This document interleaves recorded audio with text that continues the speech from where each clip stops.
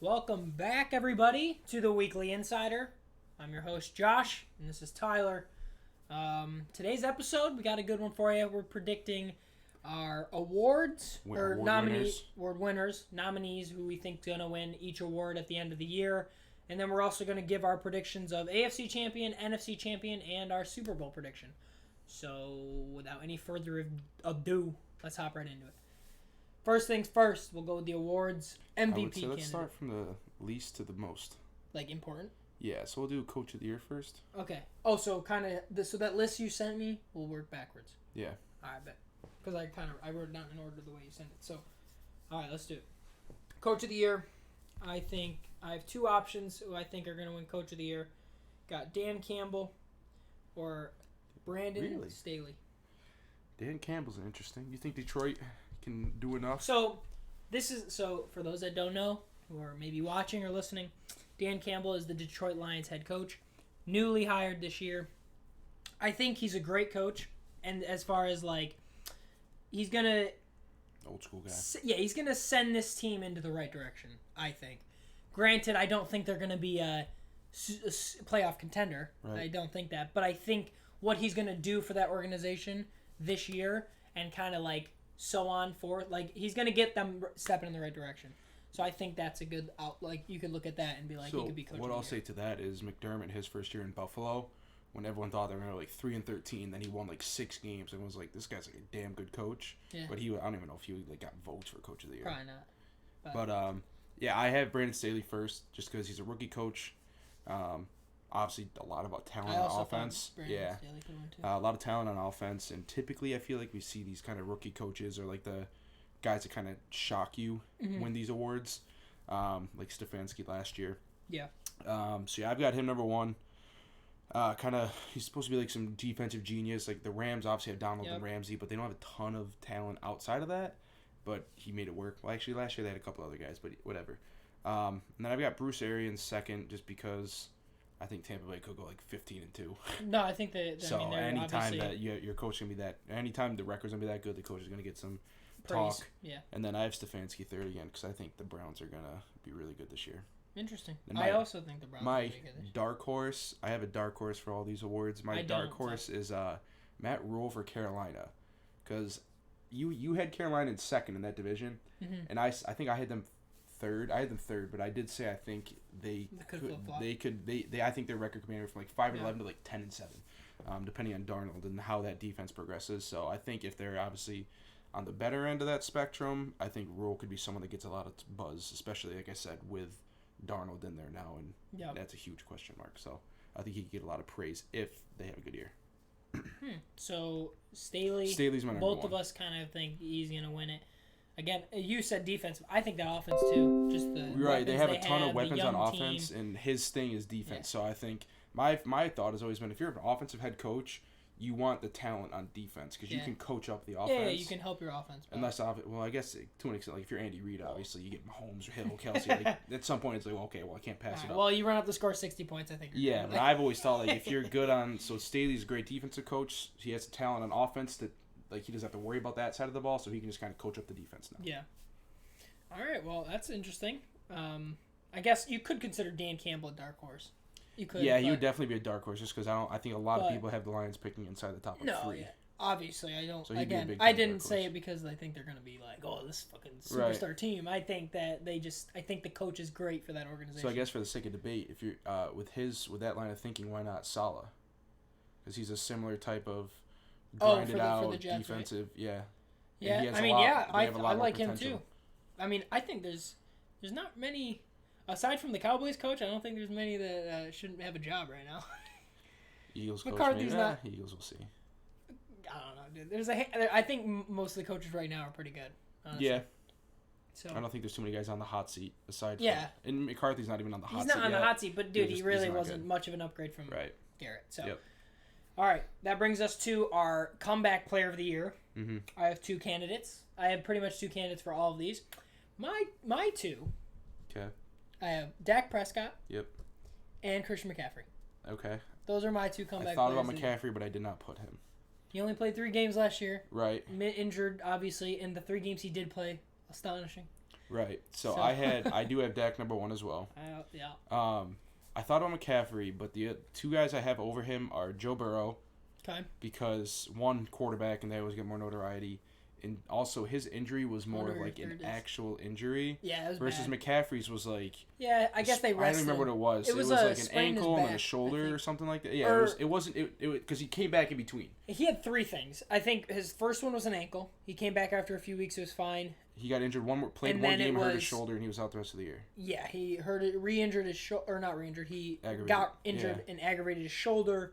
And then I think he was having back spasms, so they just sat him for the rest of the year. Right, so it wasn't like any one singularly big issue. Yeah, okay. And my third is Darwin James. Really? Because he's missed 2 straight years. His rookie year, he was one of the best safeties in the league, I believe, in All-Pro. Jesus. I can't remember what he did 2 years ago, but he only played a few games. And then last year, he missed the entire year, I believe. So, again, with Brandon Staley and that defense, I think if he comes back, I think he'll be one of the best safeties in the league again. So just the fact that he hasn't played in basically 2 full years and as talented as he is, if he does stay healthy, I think he'll be a top 5 safety in the league. Yeah.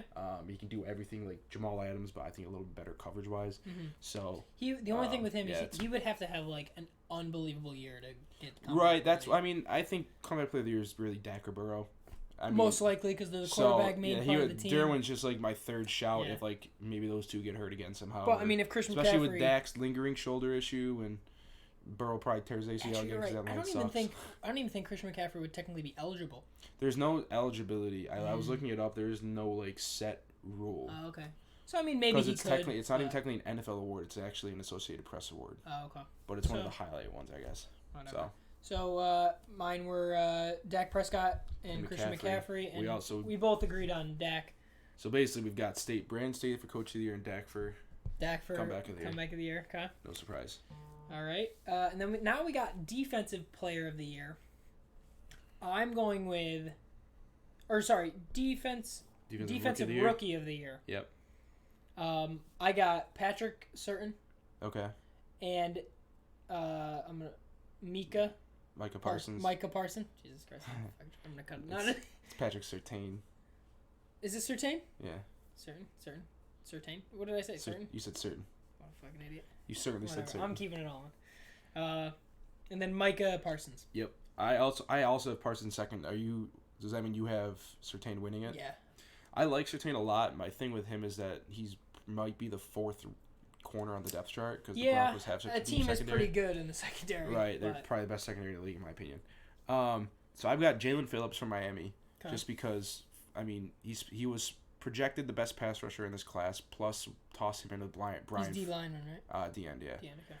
Plus toss him with Brian Flores, a great young defensive coach for the Dolphins, and he'll have the opportunity right away. So I've got him at number 1. I have Parsons at second. Yeah. He's a good addition to that defense. Sure. It's weird because they don't need linebackers. And obviously knew that. They traded back, hoping somebody else might be there for him. Yeah. But at some point, his talent is just undeniable. Can't pass him up, especially because... he's just a like dog. I've heard someone say, best case scenario for them, Leighton Vander Esch is really good, and you can't afford to pay him anyways.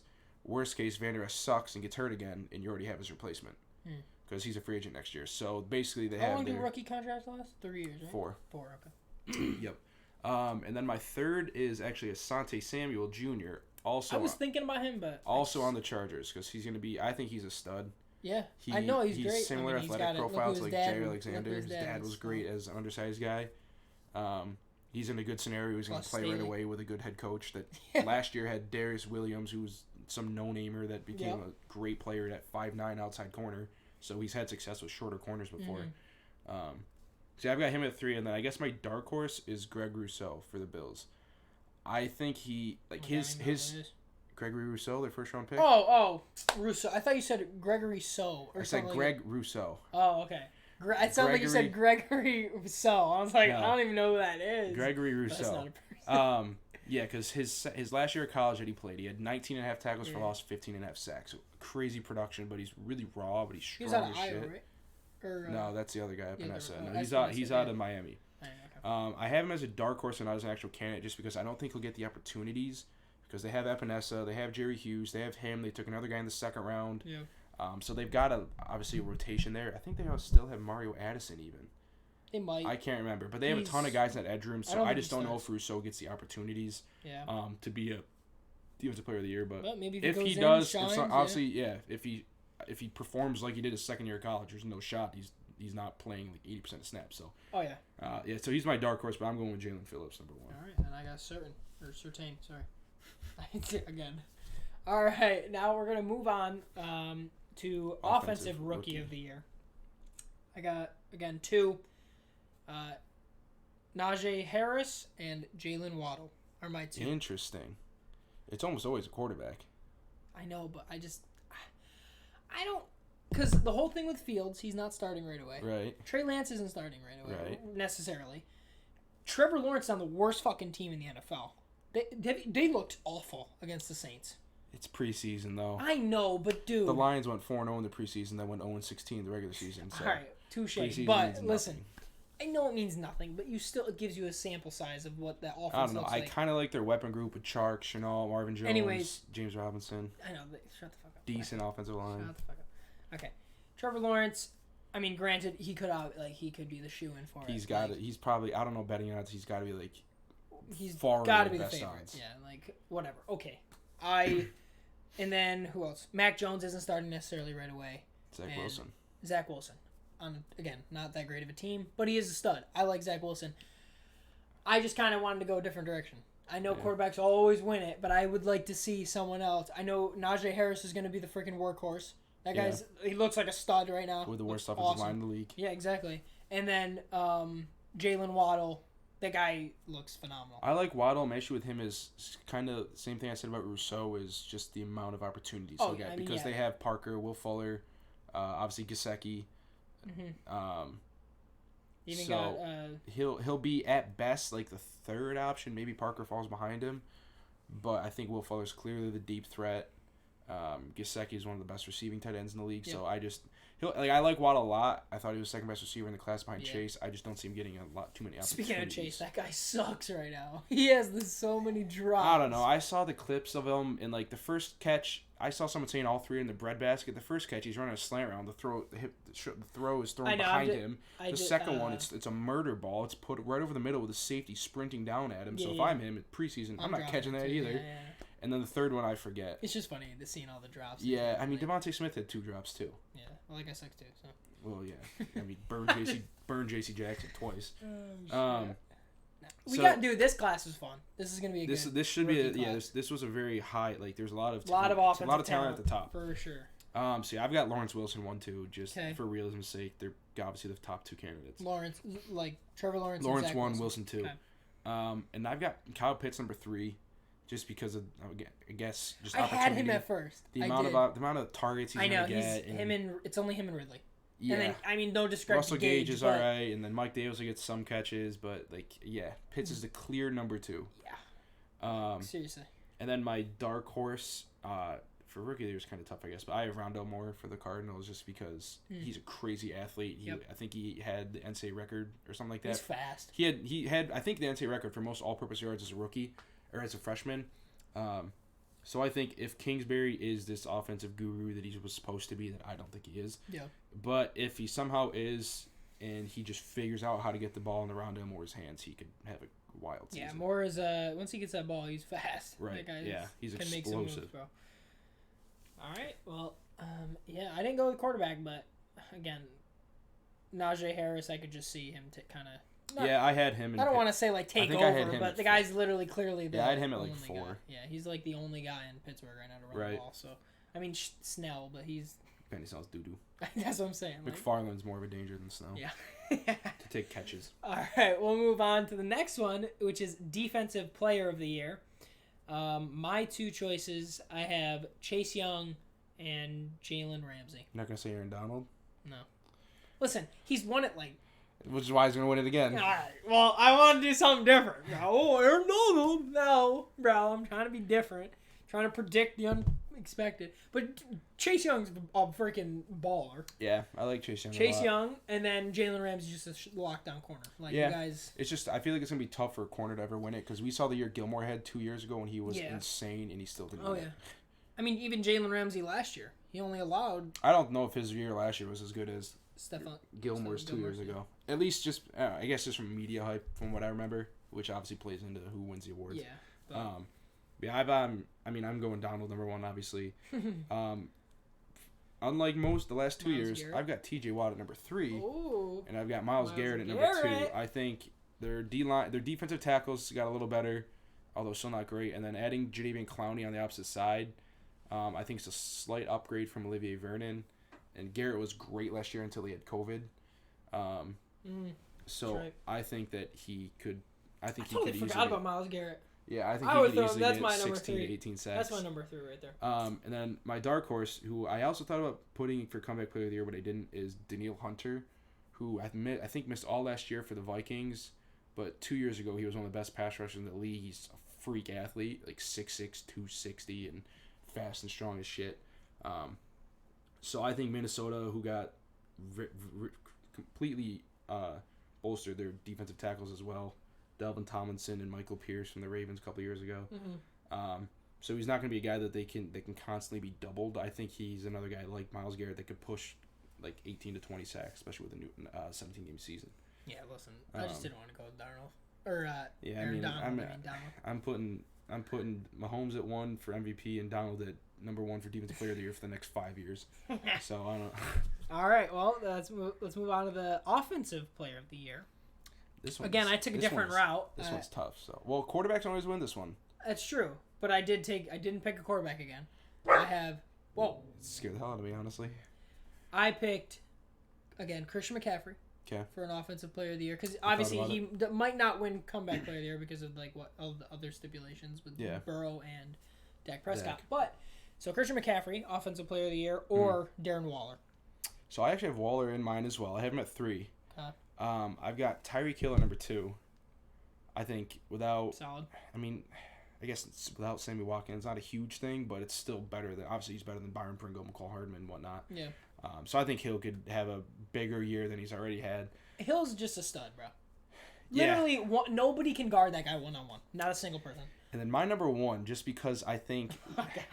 with the addition on his offensive... He has some additions on the O-line that are going to help in a... much improved weapon group around him. Who'd you say? Oh. Who are you thinking? DJ Moore? No. I thought about him. Same team, though? No. Because you said added a good line, and they drafted Sewell, so... No, they didn't. The Chargers did. Or no, the Lions drafted him. Oh, the Lions did get him. Who the Panthers' O-line still sucks. Oh, shit. All right. I'm taking Lamar Jackson. I think he... I guess... what's it called? Whatever it's called. Forewarning. I guess he's also in my MVP candidates. I think Lamar could have an insane year because, like I said, they added Zeitler from the Giants, one of the better guards in the NFL. They added a couple interior linemen where it's not going to be like a huge improvement, but it's still like competition always. What's it? Yeah. Competition breeds excellence or something like that. Something like that. I know what you're talking about. And then obviously much improved receiving core. I think Dobbins another year is going to be an upgrade over like Mark Ingram was. So I don't know. I just really like Lamar's potential this season, and I mean we've obviously seen him play at MVP caliber. So I think with the improvements on the O-line, his rushing numbers will be increased, and then the says that as a quarterback too. Yeah. Fuck. And then the rushing numbers are gonna be insane. He has a lot more explosive playmakers with Bateman, maybe Marquise Brown finally like connects. Is Bateman good though? Wasn't he I think Bateman's a stud. He's only gonna be out for a few games. No, not good. I know he's good. He's out for a few because games. He was He's out for a few games. Okay. But even so, the addition of Sammy Watkins is still better than any receiver that he had recently. Hold on, before I feel stupid, the Carolina Panthers took who in the first round? Was it J.C. Horn. Okay. Corner. Okay. And then second round, Terrace Marshall. And then third round after that, I don't remember. Fourth round was Trevor Hubbard, I think, maybe even third, honestly. Was he? Yeah, he was third or fourth. He's not bad. But yeah, and then my dark horse, Deandre Swift. Oh my, that guy's a poo-poo head. I think with Dan Campbell, that offensive line, and their lack of Sewell, and their extreme lack of receivers, I think we can easily see DeAndre Swift pushing 70, 80 catches. Oh my God. McCaffrey had like 100. Well, that's McCaffrey. It's like Swift played. I think had 40 as a senior in college. Well, the played guy's some gonna slot also receiver. he's gonna get 80. He's gonna get 80 receptions and probably. Yeah, probably 200 touches. Yeah, I think he could get 300 touches and push close to maybe 2,000 total yards. This is obviously not wild predictions, but like high-end production. Player like dark of the Year horse award stat. but What? Like you're saying, like these stats would only allow him to get the offensive. Oh yeah, like I don't think he'll necessarily get to 70, 80. He'll probably ends up closer to 50 to 60. Probably. Maybe like 1,500 all-purpose yards. Nah, probably. Yeah, maybe. All-purpose, yeah, for sure. Yeah, all-purpose, yeah. With 70 receptions, I hope you're getting at least 500. I was gonna say more than that. 50? No, I was gonna say close to 18. But either way, I think if he stays healthy, because of the fact that he is a good receiver, he played some slot receiver at Georgia, and obviously Dan Campbell, they're going to probably run the ball 30 times a game. Jared Goff's whatever, the receivers suck, so they're going to have to run the ball a lot. I think Swift could be a dark horse for a insane season. I could see it. Seems pretty poo-poo. Dan Campbell. Someone's got to get yards, though, so. That's what I'm saying. That's why I drafted... And I don't think it's going to be Tyrell Williams, Brashad Perryman, Amon-Ra St. Brown. And that's why I drafted Tyrod Taylor at the end of the draft, because someone's got to throw the football. Tyrod, he's on the... I know, Texans. Okay. No, I'm just saying for fantasy, for Dynasty. Yeah. That's why I picked them, because someone has to throw the football. Yeah. All right, and then on to the big kahuna. Let's hear yours first, since you're apparently going with it. I only have one guy. It's my boy. A little biased. Josh Allen, baby. That guy's winning fucking MVP. So obviously Mahomes. Mahomes number 1. Whatever. I've got Dak number 2. Defense is gonna suck. Can they win 2 awards? Yeah. Really? Yeah. You could win MVP. Yeah, and offensive player of the year, and defensive player of the year, and well, you know all 3 of those, but obviously, yeah, you can win everything. Stupid. So I've got Mahomes 1, Dak Prescott 2, and Lamar at 3, and I had Josh Allen, but I think I had him at like 4th or 5th. He's winning it. And then my dark horse is Baker Mayfield. Hell yeah. The way that he played last year at the end of the season, getting Odell back, which people can obviously say, like, oh, he was the only reason he played was because Odell was gone. But to me, it was more just him learning the offense finally. Because like I've said before, it was a COVID-shortened offseason, brand new head coach, brand new system. I think it was like his 4th head coach in 3 years, too. It was a lot. Yeah, I don't think he's had really a coach. Because he went from Hugh Jackson to Freddie Kitchens, but then Kitchens stayed on, I think. It was Greg Williams was the interim for Hugh Jackson, the defensive coordinator. So he had Hugh Jackson, Greg Williams, the defensive coordinator, and then Freddie Kitchens, and then Stefanski. So he had 4 head coaches in 3 years. Wow. We finally saw him have some success once he had some stability with a good head coach. So I think getting Odell back is going to benefit him, whereas some people might say, oh, it's just going to hurt him. No. O-line's obviously great. They're going to run the ball a ton, which is why I don't have him as an actual MVP candidate, just because I don't know if he'll throw the ball enough to put up incredible numbers. Yeah.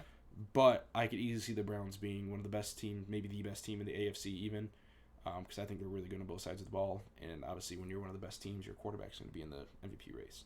Yep. So, he's my dark horse for a candidate. No dark horse over here, just Josh Allen. Just light horses. Just light ones. Alrighty. Let's go. Let's move on to our AFC and NFC champions. Yeah. How do you want to do AFC? Yeah, all right. AFC. So I texted you my picks here. Kind of. I was initially I had like Chiefs and Bucks, but I was like I try to overthink things. My AFC championship winner, I've got the Cleveland Browns. I think they have the best all-around roster in the AFC. Chiefs obviously have a great defense or great offense, but I don't know. I just really like the Chiefs or the Browns. I think once they get into the playoffs, they can control the ball with the run. Yep. They've got a much improved defense. We saw what Baker can do now. If he continues that, I don't see any reason why they can't get to the Super Bowl this year. I did absolutely. I agree with it. I'm also going to be a little biased. The Bills. Bills are winning the AFC Championship, bro. Yeah, they were my 3. It's them 3. It's them, KC, and the Browns. Right? I could also see the Ravens doing it. I like the Ravens a lot. I don't know. The only issue I have with the Ravens is when it comes to the playoffs, I feel like you can't rely on Lamar Jackson running all season. Because you're late in this season. If he's taking hits, and granted, he's very good at avoiding hits. Yeah. But the problem is, he's going to get hit if he runs. Yeah, it's a gimmicky offense, but like I said, with the improved playmakers, you never know. I mean, it's tough to ask him to throw the ball much when he's throwing it to Willie Snead as his best option. So that guy's nasty. I mean, he just got signed with them? I don't know where he is. No, he just got signed somewhere. Just recently, I'm pretty sure. I didn't see it then. I'll look it up. But yeah, no, I genuinely think the Bills are gonna win it. They kind of choked at the end of the year against KC. Granted, KC's amazing, but so were the Bills. I think they just had a bad outing, you could say. Yeah. But I'm all for it. Buffalo is winning the AFC Championship for me. NFC, what about you? Oh, the Raiders, by the way. Willie Snead just got signed to the Raiders. I feel like that was a while ago, no? No, recently. Signed veteran. 5 months ago. I was going to say, I feel like it was a while ago now that you said it. All right. Well, maybe I'm just... All right. My calendar's 5 months behind, apparently. NFC, I've got the 49ers. Sheesh. Like I said earlier... Yeah, that's wild, because I was literally in my truck today at work, and I literally thought, I was like, maybe the 49ers could make it. That's a little... So, they were there 2 years ago. Like I said earlier, competition breeds excellence, so I think we'll see that version of Jimmy Garoppolo again, where he was good enough to get them to the title game. Yep.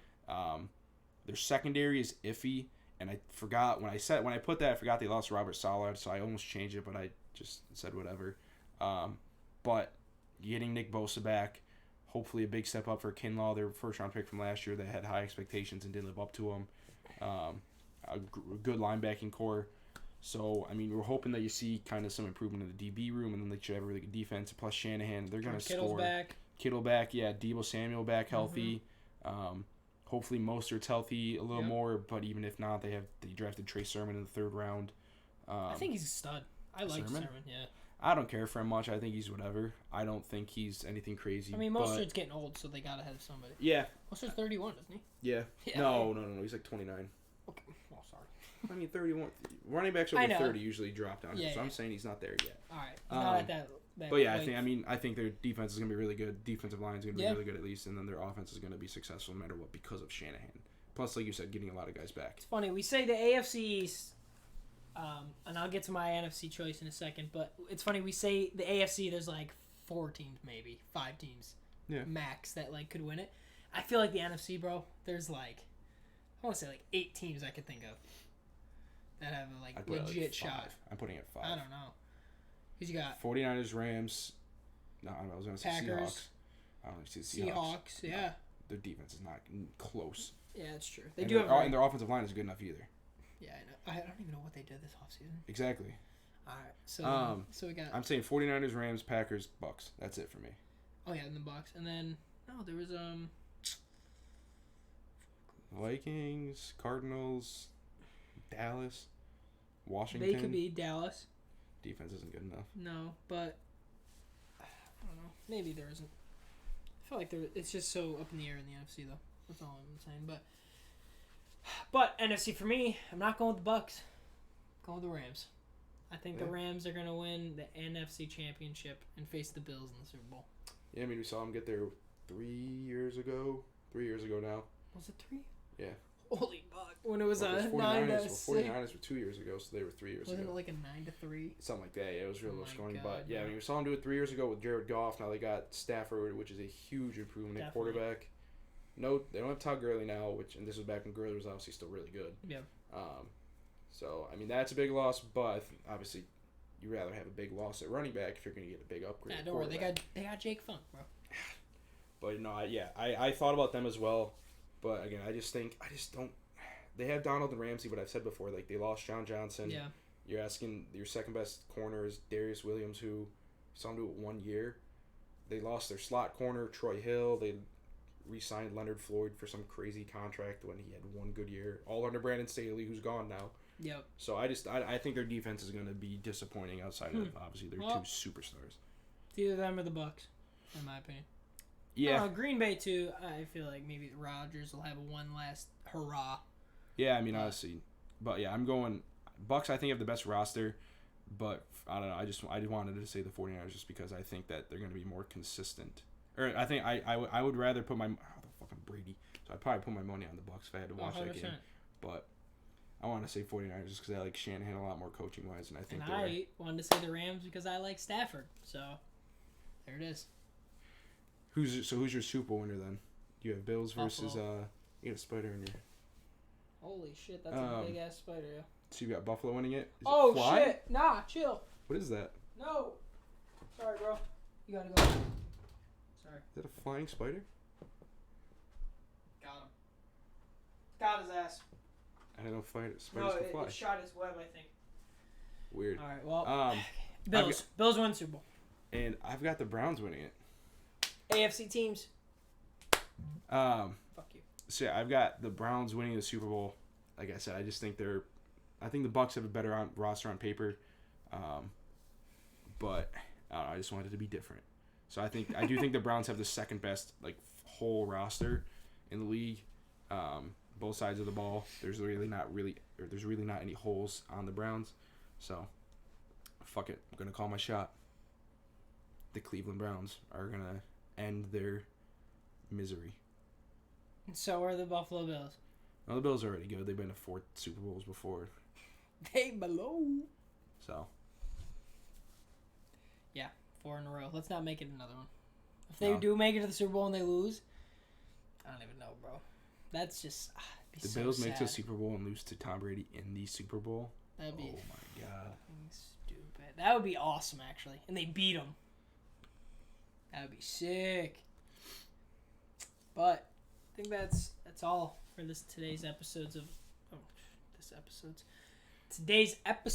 of the Weekly Insider.